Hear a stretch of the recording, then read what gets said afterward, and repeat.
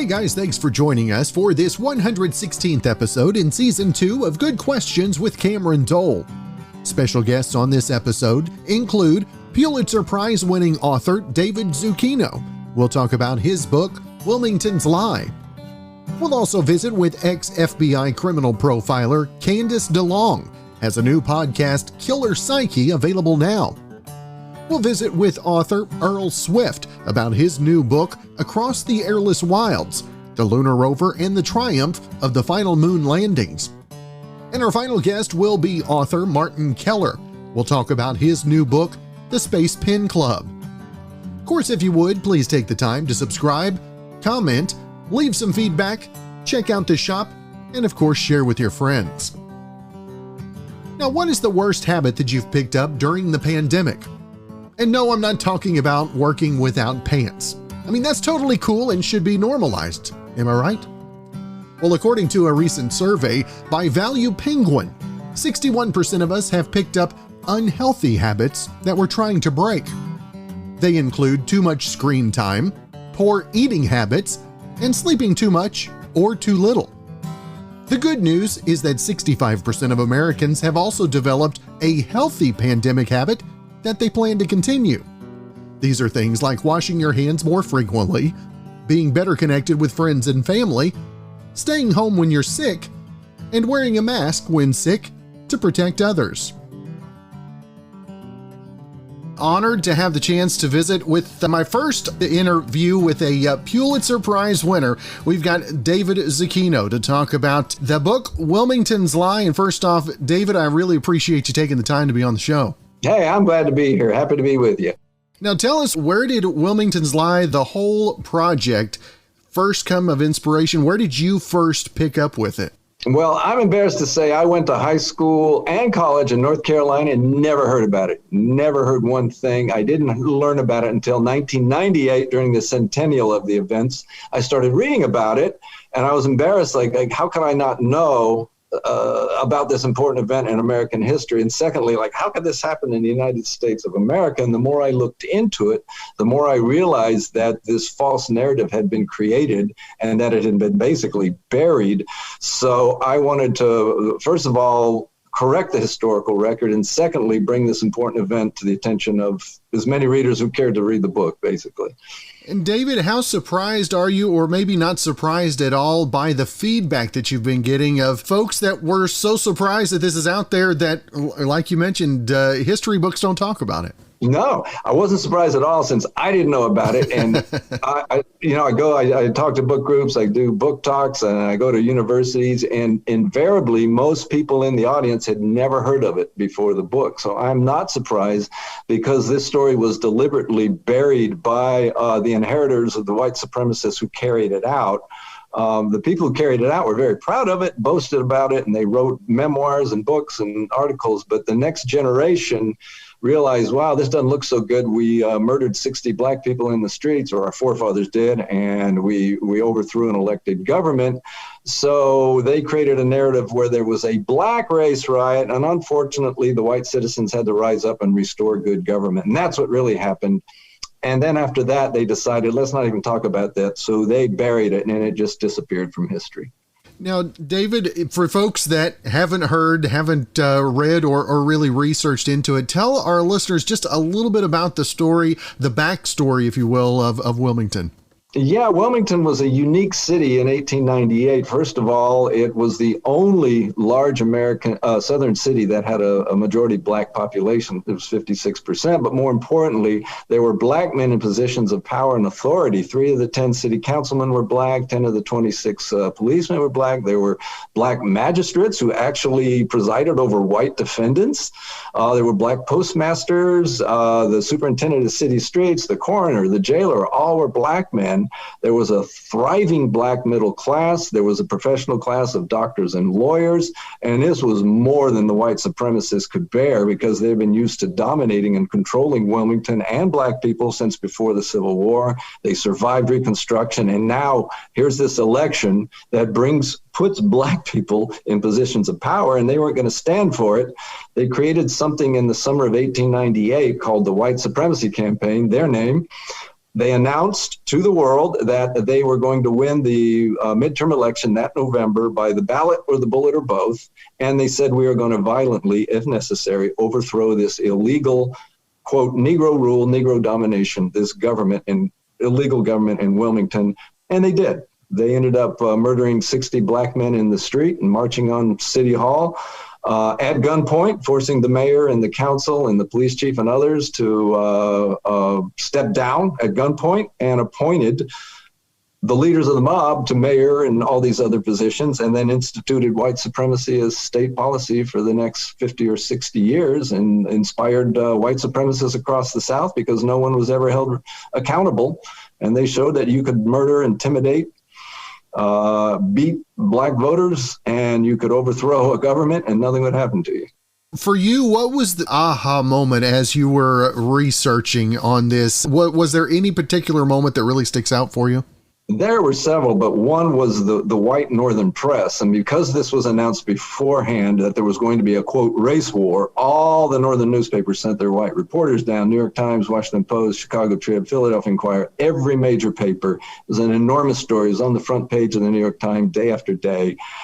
I assumed, these being Northern reporters, they would have some empathy, at least, for black citizens, and would at least give a fair accounting when, in fact, when they got to town, they were met at the train station by the white supremacists who gave them cigars and whiskey, arranged for their lodging, and took them around and gave them the white point of view. And so what America heard happened was that there was an attempted black race riot. And unfortunately, the whites might have had to kill a few people to restore order and to restore good government. And that was the story that the white press told, which was completely false.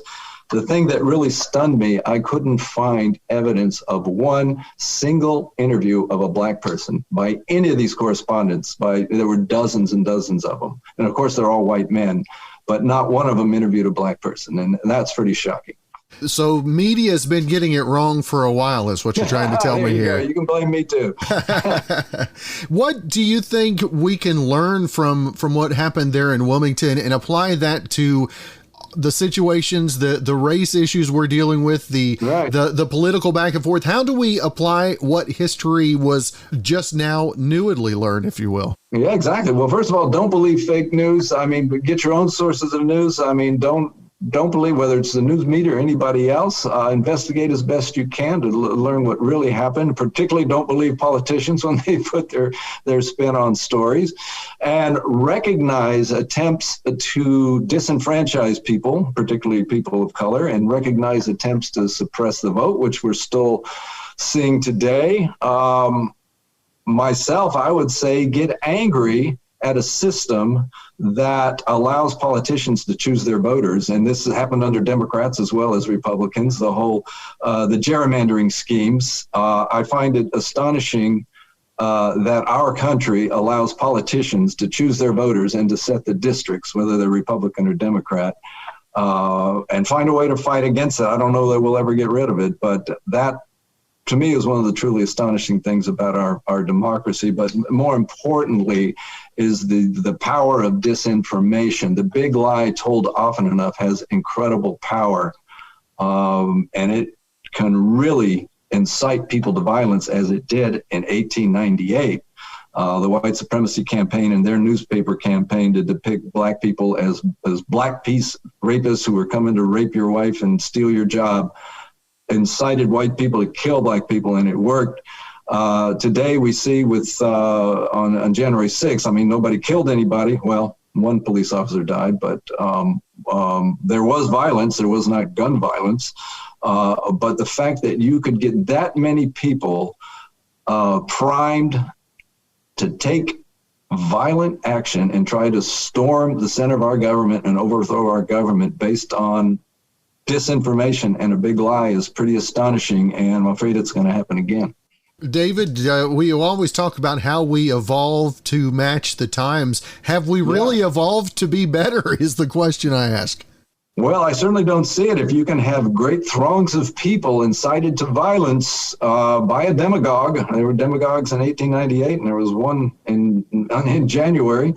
It's disappointing to me that people don't think for themselves and are willing and embrace incitement and embrace violence and justify vigilantism as patriotism, which is what they did in 1898. They were told that you are fighting for your very way of life. You are fighting for your right to oppress Black people and have Black people serve you. If we keep these Black people in office, you're going to lose that right. And if violence is necessary, it's justified because you're fighting for your way of life. And Trump didn't quite put it that way, but he did say, if you want your country back, you're going to have to go fight for it and go down to the Capitol and do something about it. David, what do you think it's going to take each and every one of us to make a difference in not only in our lives, but for both of us? I know we're worried about what the generations to come, right? Yeah. Well, teach history. Teach honest, factual history. You do not have to teach that America is a racist country, because it's not, but there are elements in our past that were definitely racist and policies that were definitely racist. And you need to teach this. I don't care if you call it critical race theory. I don't care. But I'm disturbed by these attempts in Republican legislatures to dictate what is taught and what isn't taught. And that disturbs me. North Carolina, I don't know if it's passed or not. I think it's passed in one of the houses of the legislature that you cannot teach certain things. And one of them would be this story of 1898 that's too unpleasant and it makes white people feel bad. That's right. And David, if folks want to find more information about the event in Wilmington, obviously the book, which is over my shoulder as well, I want to make sure and let folks know where they can find more information about the book and everything else you're working on as well, sir. Okay, well, I'm on Facebook, David Zucchino at Twitter. I'm on Instagram. Grove Atlantic, the publisher, has a website with a lot of information about the book. And there's plenty of information online. Just if you want to look up what happened in Wilmington in 1898, there's a lot of historical sites. So, or you could just read the book. So there you go. That's the perfect key into it, right? There you go. Well, David, it has again been a privilege to visit with you this morning, sir. I've enjoyed the bit of time I've had with the book. Looking forward to going all the way through the back cover of it as well. Well, thanks, Cameron. It was a pleasure talking to you, and thanks for having me on. Good luck to you.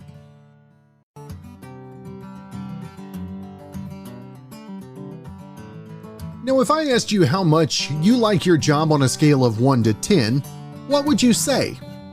5? Maybe less?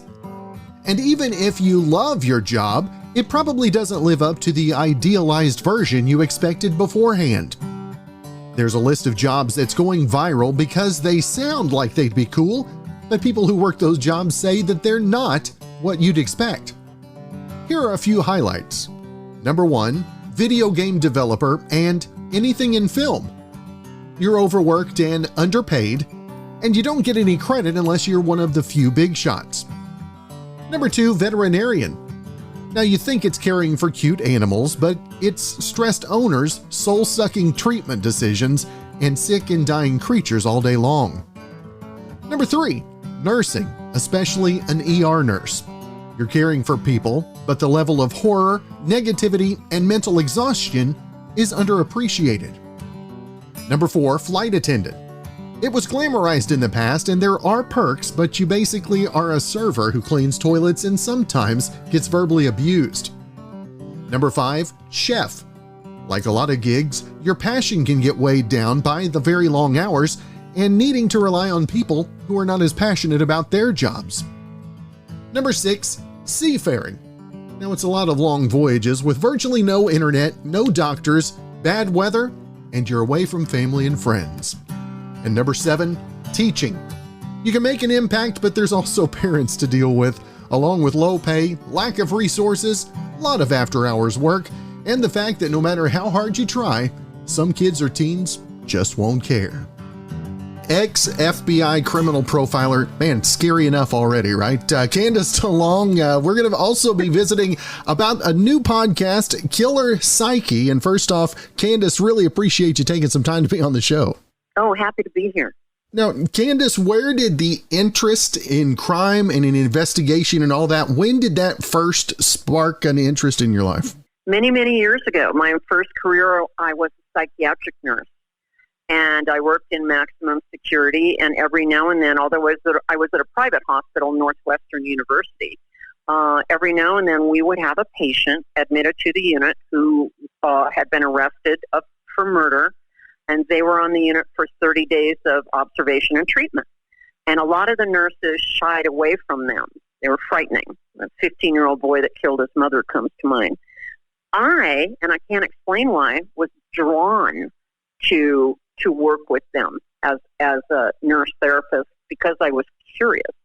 And I thought, I came to see over the years, I really thought the more I knew about people that do horrible things, the better I'd be able to handle it if I ever was confronted with someone like that. And then after about 10 years, I was head nurse at the Institute of Psychiatry at Northwestern, and the FBI recruited me. And I became an agent, and 4 years later I was trained in profiling by the Behavioral Science Unit, and that's kind of how it all happened. It all started when I was a psych nurse. And Candice, how much has the game changed since you first came in profiling to all the methods that folks are able to use today? Well, the longer we exist, the more we learn. I was trained by the men that founded the now famous Behavioral Science Unit. I don't even think it's called that anymore. But it was featured in the movie Silence of the Lambs. Mm-hmm. And I was trained by those men, and they, like me, they were FBI agents, but had an intense interest in certain kinds of criminals, and they started got a grant from the Department of Justice to interview these people. There was an advertising expression in the 50s, if you want to know about a Cadillac, ask the man that owns one. Mm-hmm. Well, they applied that thought to people at the time were called compulsive killers. Now we call them serial killers. But we want to learn about them, all about them. What were their childhoods like? How did they pick their victims? What did they do after the crime? So they went all over the country to various prisons interviewing these people, almost all of them men, 40 of them, and learned a lot. And what profiling is, it's crime scene analysis, analyzing a crime scene and the autopsy, figuring out what happened to the victim, looking for clues as to the motivation of the crime. Why did this crime happen? Was this a crime of jealousy or revenge or those kind of money? What was the reason? And knowing the motivation can help point the investigation toward the person type of person that likely committed the crime. So the police aren't wasting their time looking at someone that very likely did not commit the crime.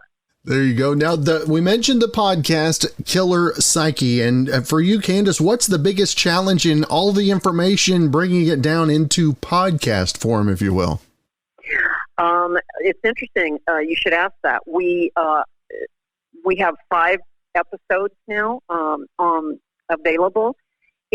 We spend about 3 hours recording, and that boils down to a 35 to 40 minutes of material for the podcast. So it's a lot in there and a lot of editing. and you've got to be thankful to have good editors, right? It is. Yes. If it were up to me, I wouldn't edit anything out. Leave it all in. But that would be a 3-hour podcast, and who wants that, right? What it's been like to get the feedback from the podcast, and how did that measure up to the expectations you had coming in, if you will? Oh my gosh. We launched July 13th with 2 episodes, the Unabomb, a case I worked on extensively, and Dr. Death has been in the news lately, a neurosurgeon in Texas that was killing people in the operating room on purpose.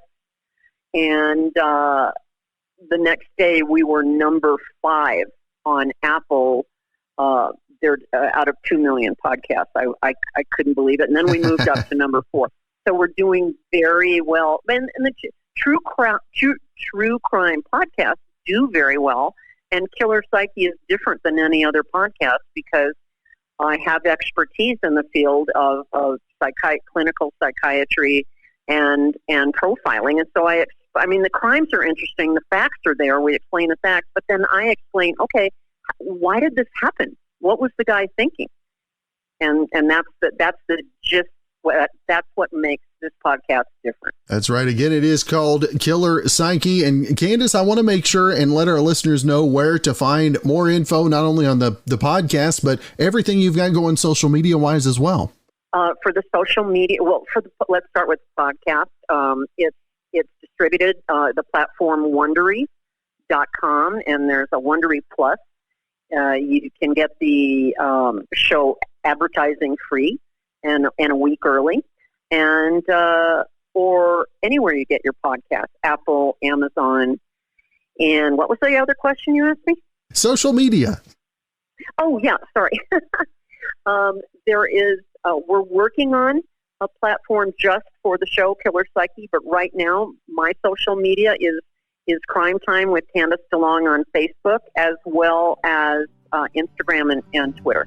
All right. Well, again, check out the podcast Killer Psyche. Again, criminal profiler Candice DeLong. It has been great to visit with you. I wish you a great rest of your week. Thank you. Take care, Cameron.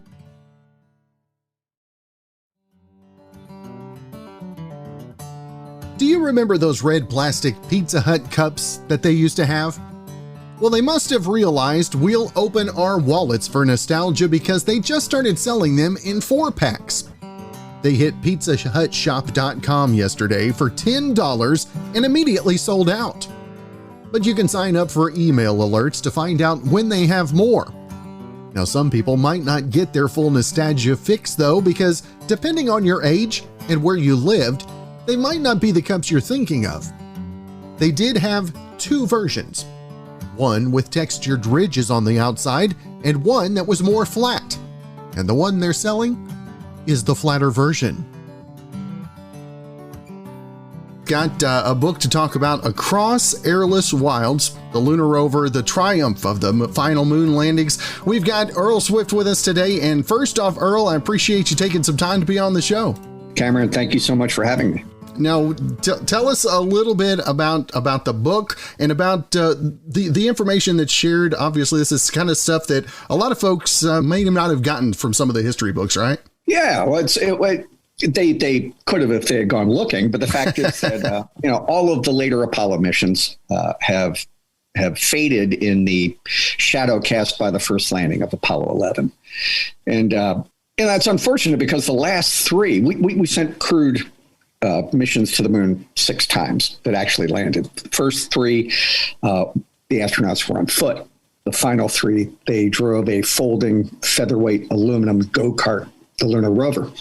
And it's a shame that those latter missions have faded because they really were heads and shoulders above the earlier missions in terms of their ambition and what they were able to accomplish.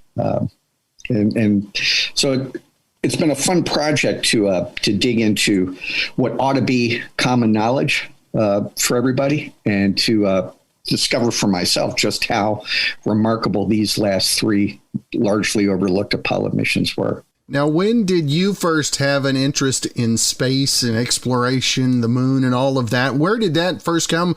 Well, I turned 13 the day that Apollo 15 touched down on the moon, which is 50 years ago this Friday, by the way. And I don't have any recollection to speak of the previous missions, fuzzy snapshots. I was 10 when Apollo 11 landed, and we lived in England at the time, so it was at 4 a.m. or some such. But I do have very clear recollections of Apollo 15, 16, and 17. And partly that's because I was a teenager, and it's also because we had moved to Houston by then, and it was, the space program was inescapable. But it's also because they carried this new transformative piece of gear on those 3 missions, and they drove around the moon in it. These guys had a car, and I just remember being astounded by that, and remain astounded today that they pulled it off. But that changed everything, for me as well as for the program. Now, what do you think that we are missing from maybe some of the research and the findings that were found in those last missions that maybe folks have not delved into, in your opinion? Okay, well, just look at the numbers on Apollo 11, Neil Armstrong and Buzz Aldrin. All of their travels would fit inside a football field with lots of yardage to spare. The farthest either man ever walked from the lunar module was 65 yards. Wow. You fast forward 2 years to Apollo 15. Dave Scott, Jim Irwin climb out of their lunar module. They get into a rover. They drive more than 17 miles. They cover an area half the size of Manhattan. They climb hundreds of feet up the side of a mountain the size of Kilimanjaro. They sample geology along the edge of a canyon a mile wide and 1,000 feet deep. They crisscross an undulating plain, rather ominously called the Marsh of Decay, collecting samples along the way, none of which would have been possible had they not had that little folding aluminum car, that go-kart with them. And it, it's easy to dismiss it as a bit of a gimmick. We're the most automotive people on the planet. Of course, we'd send a car to the moon. But the fact is, it was a spacecraft on wheels that changed everything about Apollo, to the extent that you can view those last 3 missions as the fulfillment not only of the entire Apollo program, but of the entire U.S. space program, going all the way back to Alan Shepard's first flight in a Mercury capsule in 1961. Everything led up to those last 3 missions. They were. That's where we got good at it. What was it as you were doing the research? How long was the research for the book? And then what was maybe one of those light bulb moments you had that you were like, wow?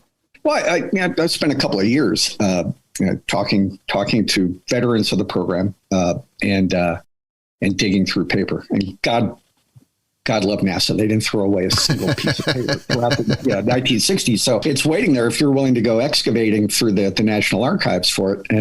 And luckily found, I think that the big light bulb moment for me was just coming to understand that this was an idea that went way back. That the idea that astronauts would need a way to get around beyond just walking dates back to 1952. And actually, if you look at science fiction, it dates back to before the Wright brothers flew, right? Way at the beginning, 1901. And that was a surprise to me, because I assumed that it was a product of the 1960s. And indeed it was. It was actually built and designed, tested, in 1969, 70, and 71. But the thinking behind it goes way back and goes through a lot of permutations and involved a lot of people. And that was pretty exciting to find. Now, the book Across Airless Wilds, tell us what it's like to have a book out in these times and how much different marketing looks like for you this time around. Well, it's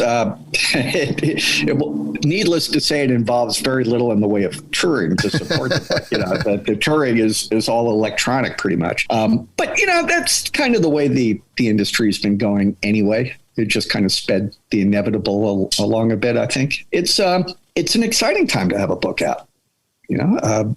I've found that there seems to be a real appetite for stories of the space program, particularly because we've been going through this kind of rolling series of anniversaries over the last couple of years. And I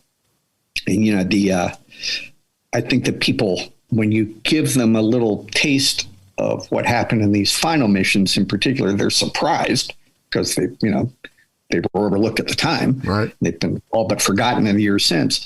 But they're also fascinated. They're hungry for more. So it's been fun to talk about. Again, the book, Across Airless Wilds, the Lunar Rover, and the Triumph of the Final Moon Landings. Earl, I always want to make sure and let folks know where to find not only more about the book, but everything you've got going social media-wise as well, sir. Well, you can find the book wherever books are sold. It's everywhere. And, I've got a website, earlswift.com. You can find the book there too. All right. Well, Earl, it has been great to visit with you, sir. I look forward to delving a little deeper in the book myself, and hopefully you have a good rest of your week, sir. Cameron, thanks so much for having me.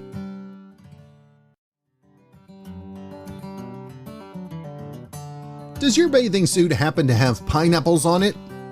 Well, if so, you might want to get a new one, or maybe you don't. Some woman on TikTok bought a bikini with little pineapple designs. She also got pineapple swim trunks for her husband because she thought it would be cute to match on vacation. And they didn't get why several people were being so nice to them. Then she found out that pineapples on your swimsuit means you're a swinger who's looking to hook up. Now, it also applies to shirts, pants, and any other clothing with pineapple designs, especially if you're on vacation or on a cruise.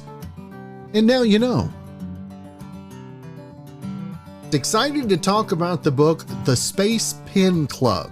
Martin Keller with us today. And first off, Martin, appreciate you taking some time to discuss the book and so much more as well. Happy to be here, Cameron. How are you guys doing? Doing well, as well as you can be in the summer of 100 degrees. I mean, that's Southwest Oklahoma. It's about that hot here in Minnesota today, too. Where did your fascination with UFOs, extraterrestrials, other beings, if you will, where did that interest first come for you? Well, I've had a lifelong interest in this subject, and it started in high school when I had 2 UFO sightings. The one with 3 other friends outside of our high school gymnasium in the middle of a cold Minnesota winter. Our high school was right on the edge of the prairie at that point, and we saw a large white object hovering about a quarter of a mile out in the distance. And it was there for quite a while. And it was also the same week where a lot of UFO sightings had been reported in the western part of the state by newspapers and television and radio. And then the second one was earlier in the week with just another friend of mine, my best friend since we were 5. He's now my attorney today. His name is Jim. He's in the book a few times. He also has a couple of different monikers, JR and Zod. So a little footnote for readers there, but we encountered a single red orb about the size of a ping pong ball behind his parents' house one night. They lived up against what was called Rocky Butte Park, and this thing came down from the top of the butte, and it engaged us by just kind of hovering in front of us at about 10 feet. And we didn't know what it was. We still don't know what it was. And I had another experience of those little red orbs much later in life in the 90s. And I go into that pretty deep in chapter 3 of the Space Pen Club. Martin, how much different was reception to you saying what you saw out there? I mean, how much has the perception changed for folks that haven't seen it as well? Well, I think in the last year, and the last couple of years, really, since the first New York Times story broke in 2017, front page of the Times, usually it's front page of the tabloid press at your favorite grocery super checkout. So, but in the last 2 years, with the announcement of this government report that came out the end of June, the media perception on this as a real topic has it's been a tsunami. It's been a massive sea change, and I think the average person that doesn't give a hoot about this or hasn't thought about it or never had a sighting, I think those people now know, like, oh, well, maybe crazy Uncle Joe wasn't so crazy after all. And all those books on his shelf, maybe we should read one or two. Now, for you, the interest at a younger age, was that something that you immediately knew after school that you wanted to continue chasing that and learning more, if you will? Not really. I was kind of a space geek as a kid. I wrote to NASA and asked them for information on the Mercury, Gemini, and Apollo programs. I got autographed pictures of the astronauts from all those programs back from them, along with materials talking about each mission. I got up at 4:30 in the morning to watch launches with my mother, who indulged my passion for this. So I've always been interested in space. But the older I got, I didn't think about this topic for 20 years until the 90s, when some very strange things started happening in my house.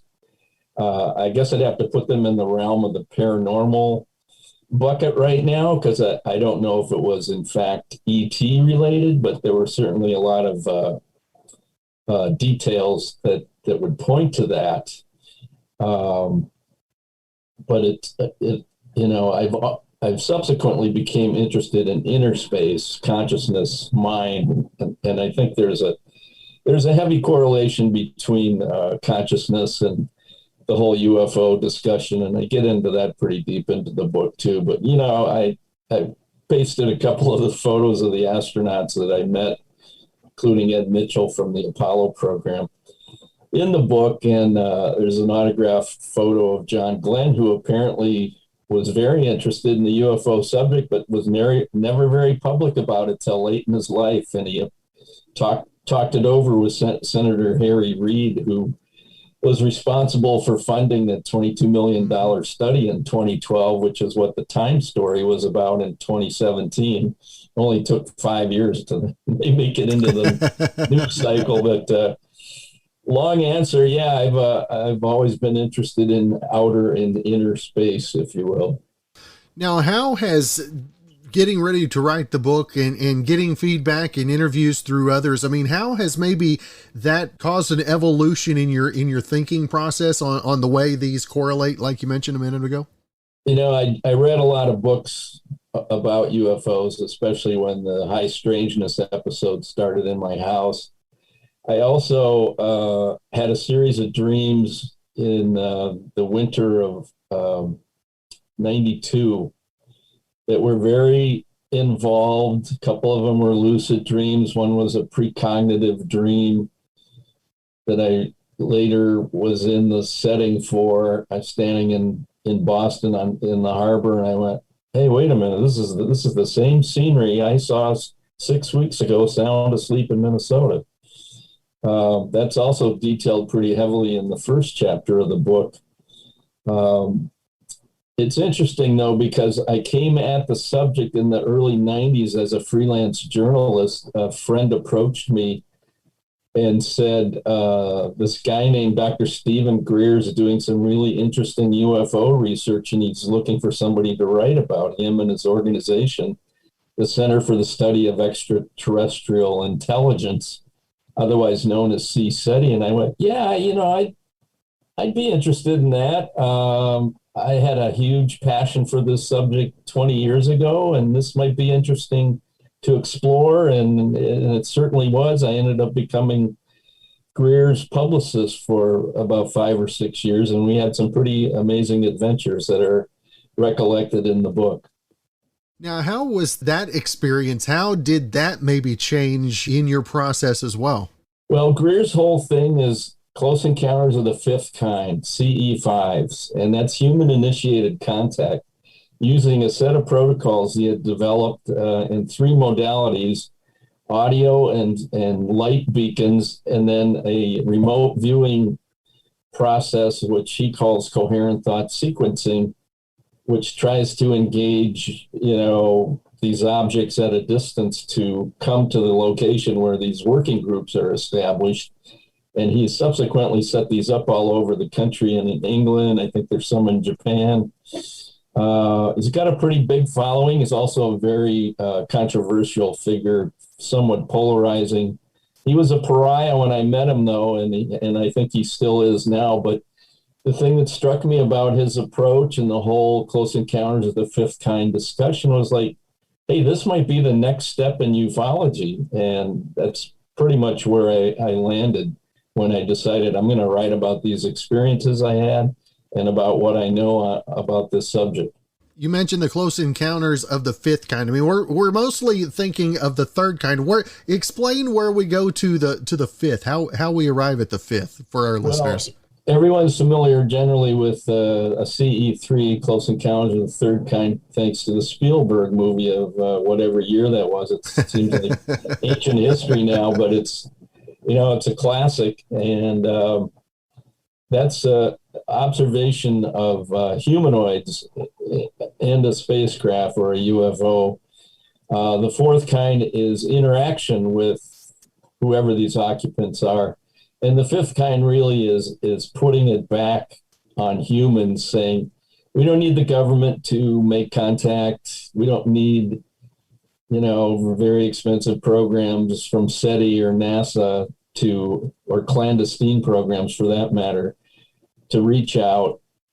We're going to take it upon ourselves to do this. And that's one of the whole underlying premises of the CE5 initiative, which initially I found fascinating, and also it made me think, like, this is the dumbest thing I've ever done in my life. but I try to keep an open mind. I kept an open mind through the whole experience, and you can kind of hear me arguing with myself about what I call this radical reality that I faced through that period. Martin, you talked about trying to keep an open mind as well, and how hard is that? I mean, we've all been trained and shown what is true out there. I mean, how hard is it to truly keep an open mind whenever you're seeing stuff that nobody's ever told you about before? Well, that's a great question, and I think that's the question anyone has that has an experience, either so-called abduction experience, which I get into some pretty deep detail in the book as well in chapter 3, or they have a sighting. I mean, if you don't have any frame of reference for this, you're either number one, going to shrug it off, or number two, in my case, you're going to start thinking, where do I put this experience? I've limited knowledge on this. I always encourage people to do a lot of reading on the subject and try to read the best people in the field, because there's so much garbage on this. I mean, you can turn on your streaming service almost any night and find a bad UFO movie or documentary. There's just so much. It's a fire hose. And since this report came out this spring, there's the run up to it has just been phenomenal. Now people are overwhelmed with, well, I guess it's real, but what's next? Now, Martin, for you, what is the overwhelming response that the main response that you're getting from the readers and the followers as well? I think the response has been very positive. The Amazon reviews are all trending 4 to 5 stars. I'm getting personal feedback from friends and the occasional strangers going, man, that's a hell of a read. It's fascinating, which I'm happy to hear, because I've lost all perspective on the book. It took me about 10 years to write it, and I got very lucky with the timing of its release with this report, because, it's on everybody's radar. It's in everybody's consciousness. So it's been very good. And probably the icing on the cake is Dan Aykroyd from Saturday Night Live and all those terrific comedies he's been involved in, Blues Brothers and Ghostbusters, et cetera, et cetera. He wrote a rousing endorsement for the book, which you can read online at thespacepenclub.com. That's the book's website, and it's on the cover of the book, and it's on the inside of the book. He, Danny's been had a lifelong interest in all things saucerological, right, and paranormal. He's produced several paranormal television shows in his time, but he really liked the manuscript, and he was very generous and kind with his words to endorse it. What does that mean to you on a personal level to see someone like Dan, who has such a great following, obviously, but also has that interest in that field, for him to really back you? I mean, what's that mean for you personally? Well, it affirms that all of my hard work wasn't in vain, number one. Number two, I mean, you can't really get that from a celebrity of that ilk. I'm sure people are coming at him all the time to endorse books they've written or projects they want him to get involved with. So it was a great compliment, and I'm completely thankful for it. Still a little bit disbelieving of it till I see it on the cover of the book every day. What was your original feeling whenever you finally saw this in book form? I mean, after the 10 years, I mean, were you wondering if it was ever going to come to that point for you? Well, yeah, totally. I mean, I put the book aside for 2 years for different professional and personal reasons. And, but I thought, I've had some really interesting experiences.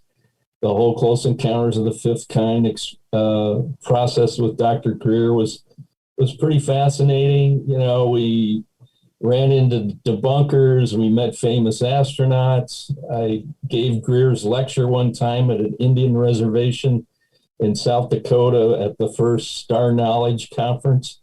where all these heavy duty Native American medicine men shared what they knew about the subject, about the visitors.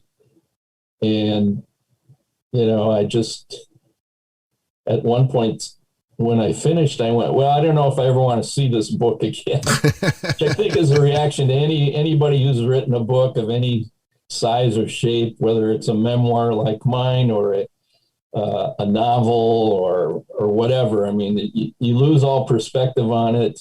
I had an editor that did a pretty light pass on it, and he said, man, this is really good. I had no idea. And I went, you're just blowing smoke. Next. Buddy, now the Space Pen Club, I know you mentioned the website that goes along with it. Where do folks find more information, not only about the Space Pen Club, but everything else, social media-wise, website as well? Well, there's a million different websites you can find information on. It's like, what are the good ones? And, at some point, I'm not there yet. I'm going to do a blog. I'm blogging once or twice a week now on that spacepenclub.com site, all topics related to the contents in the book. At some point, I'm going to make like a top 10 list and share that with readers and try to ferret out the ones that I think are the best. I'm going to do the same thing with books, films, and maybe TV shows. Probably over the next 6 weeks, you'll see those lists on that blog site. But it's hard to know where to begin with this subject because, like we said earlier, it's so dense. There's so much garbage ufology out there, I might just be another garbage ufologist. I don't know. One thing that Dan Aykroyd said in his recommendation for the book was that, this book reads like a bibliography, because I do cite a lot of the top line, which I hope are top line researchers on this and critical thinkers. So a word to the wise and the buyer. That's good. Well, again, Martin, the name of the book, The Space Pen Club. It is a nonfiction memoir type. Martin, it has truly been a privilege to have the chance to visit with you today, sir. I appreciate you taking the time out, and I look forward to spending a little bit more time with the book myself. All right, Cameron, appreciate you dialing in. Well, thanks again for joining us for this 116th episode in Season 2 of Good Questions with Cameron Dole. If you ever have a comment, question, maybe anything else you'd like to know, hit me up on the contact page at gqwithcam.com. You can also find me on Instagram, Twitter, TikTok, and Facebook at GQWithCam. If you'd like to help out in the funding for this podcast, visit the merchandise store where we've got hoodies, shirts, mugs, tumblers, stickers, and more at gqwithcam.com/shop. If you have a special guest idea, email me gqwithcam@gmail.com. Well, thanks again to our good friend Brandon Allen for coming on and coming up with our theme music. We're going to let him play us out and hope you guys have a great rest of your Wednesday.